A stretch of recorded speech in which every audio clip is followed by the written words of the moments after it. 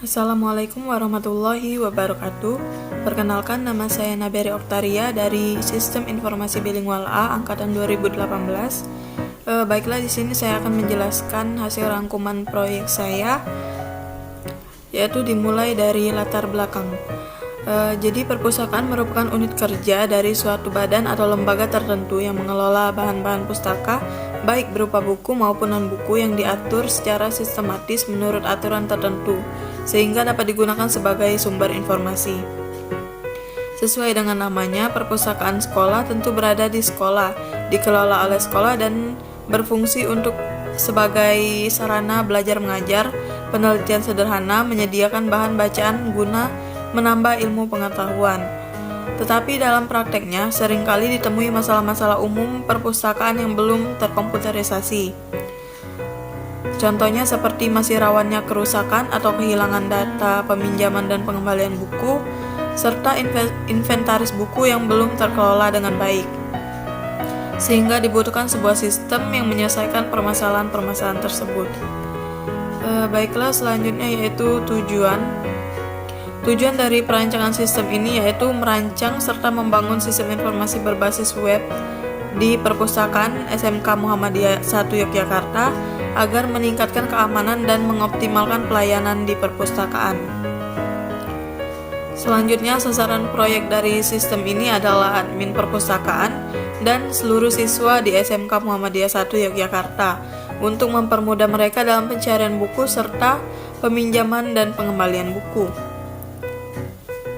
Lingkup kegiatan yaitu metode pengembangan sistem informasi yang digunakan dalam pengembangan sistem ini adalah SDLC Waterfall dengan tahap kegiatan yang pertama yaitu analisis kebutuhan sistem, yang kedua desain sistem dan coding, ketiga implementasi dan pengujian. Waktu dan jadwal kegiatan. Pengembangan proyek ini membutuhkan total waktu selama 62 hari. Yang pertama yaitu kegiatan analisis kebutuhan sistem yang dimulai pada tanggal 3 Agustus tahun 2020 dan selesai pada tanggal 7 Agustus tahun 2020 yang memakan waktu yang berdurasi selama 5 hari. Yang kedua yaitu desain sistem dimulai dari tanggal 10 Agustus 2020 sampai dengan 27 September tahun 2020 yang berdurasi selama 48 hari. Ketiga yaitu implementasi. Implementasi ini dimulai dari tanggal 1 bulan Oktober tahun 2020 dan selesai pada tanggal 9 Oktober pada tahun 2020 yang total waktu memakan durasi 9 hari. Selanjutnya yaitu anggaran proyek. Anggaran proyek yaitu yang pertama adalah total biaya, yaitu tahun ke-0 total biayanya yaitu 15.200.000, tahun pertama 600.000, tahun kedua 750.000 dan tahun ketiga 900.000. Rincian manfaat yaitu total tak wujud dari rincian manfaat ini yang pertama pada tahun ke-1 3.200.000, tahun kedua 3.650.000, tahun ketiga 4.950.000. Total manfaatnya yaitu yang pertama pada tahun pertama yaitu 4.950.000, pada tahun kedua yaitu 6.500.000, pada tahun ketiga 8.150.000. Proceed atau selisih dari total manfaat dan total biaya yang pertama yaitu 4.350.000, tahun kedua yaitu 5.750.000 dan tahun ketiga 725.000. Baiklah, selanjutnya yaitu ada cost benefit analysis. Di cost benefit analysis ini terdapat 4 analisis. Yang pertama yaitu analisis payback periode.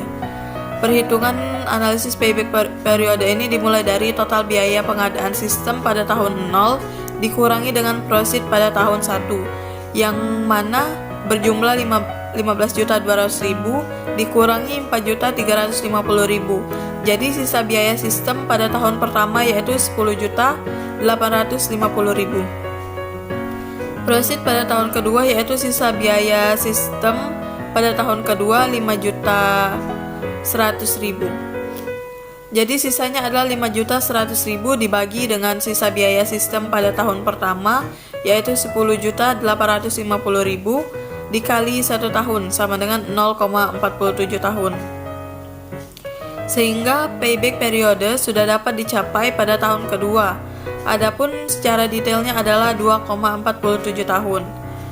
Dari fakta tersebut dapat disimpulkan bahwasannya yang ditanamkan pada perancangan sistem ini akan mencapai titik impas atau break even point pada waktu 2,47 tahun, yang berarti bahwa pada tahun ketiga perusahaan mulai dapat mengambil keuntungan sistem tersebut. Selanjutnya yaitu analisis kedua, analisis return on investment atau ROI. Dengan metode ini, maka persentase manfaat yang dihasilkan oleh sistem tersebut dapat dibandingkan dengan biaya yang dikeluarkan oleh pengadaan sistem. Adapun perhitungan return on investment sistem ini adalah yang pertama biaya pengadaan sistem tahun 0 ditambah biaya perawatan sistem tahun ke-1 hingga tahun ketiga, yaitu 15.200.000 ditambah 600.000 ditambah 750.000 dan ditambah lagi pada biaya perawatan sistem tahun ketiga yaitu 900.000 dengan total biaya 17.450.000.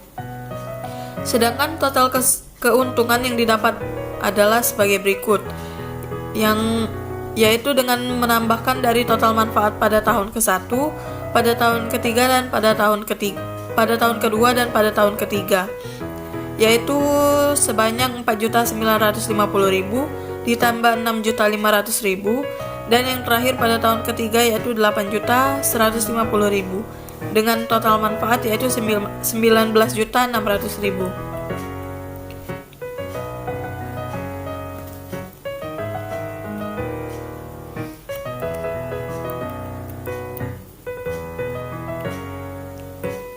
Berikutnya analisis return on investment, yaitu rumusan dari ROI. Yang pertama adalah rumusnya sebagai berikut. ROI sama dengan total manfaat dikurangi dengan total biaya, yang mana 19.600.000 dikurang 17.450.000 dibagi dengan total biaya lagi yaitu 17.450.000 dikali dengan 100%. Jadi sama dengan 12,33%.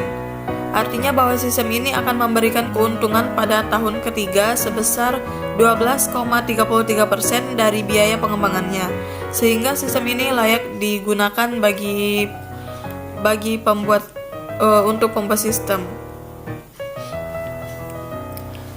Baiklah, yang ketiga dari cost benefit analysis yaitu analisa net present value atau NPV. Apabila diaplikasikan pada penerapan sistem yang baru ini, maka perhitungan nilainya dengan tingkat bunga diskonto 10% per tahun, maka NPV sama dengan 15.200.000 plus 4.350.000 per 1 ditambah 0,1 ditambah 5.750.000 ditambah 7.250.000. Maka NPV yang dihasilkan dari penjumlahan di atas yaitu 29.353.643,88. Maka nilai NPV-nya sama dengan positif. Dari hasil perhitungan di atas dapat disimpulkan bahwasannya jumlah keuntungan yang diterima sekarang oleh perusahaan pada tahun ketiga apabila sistem ini diterapkan yaitu 29.353.643,88 atau NPV lebih besar dari 0, maka proyek tersebut layak dilaksanakan. Keempat yaitu ada metode tingkat pengembalian internal atau IRR. Metode ini mencari tingkat bunga yang menjadikan jumlah sekarang dari tiap-tiap prosit yang didiskontokan dengan tingkat bunga tersebut sama besarnya dengan nilai sekarang dari nilai proyek. Misalnya I1 sama dengan 10%, maka NPV 1 sama dengan 29.353.643,88, yaitu yang bernilai positif. I2 dengan yang sama dengan 15%, maka NPV-nya 15.200.000 ditambah 4.350.000 dibagi 1 ditambah 0,15, maka 1 ditambah 5.750.000 ditambah 7.250.000. Maka NPV-nya sama dengan 28.097.427,47.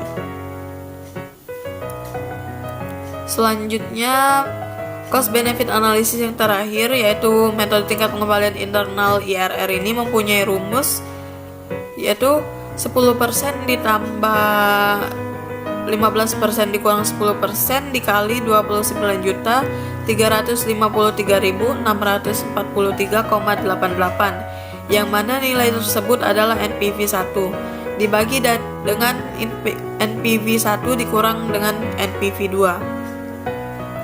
IRR sama dengan 10% ditambah 5% dikali 29.253.643,88 dibagi dengan 29.353.643,88 dikurang 28.097.427,47. Maka IRR-nya sama dengan 10% ditambah 146.768.219,4% dibagi dengan 1.256.216,41. Jadi IRR-nya sama dengan 10% ditambah 116,833%. IRR-nya jadi sama dengan 126.833%.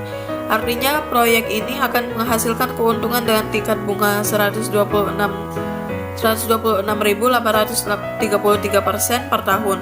Apabila tingkat bunga pengembalian atau rate of return yang mana 10% per tahun, maka IRR-nya lebih dari 10%. Dengan kata lain, proyek ini dapat diterima. Selanjutnya akan saya tampilkan bagaimana gambaran awal dari web ini, yaitu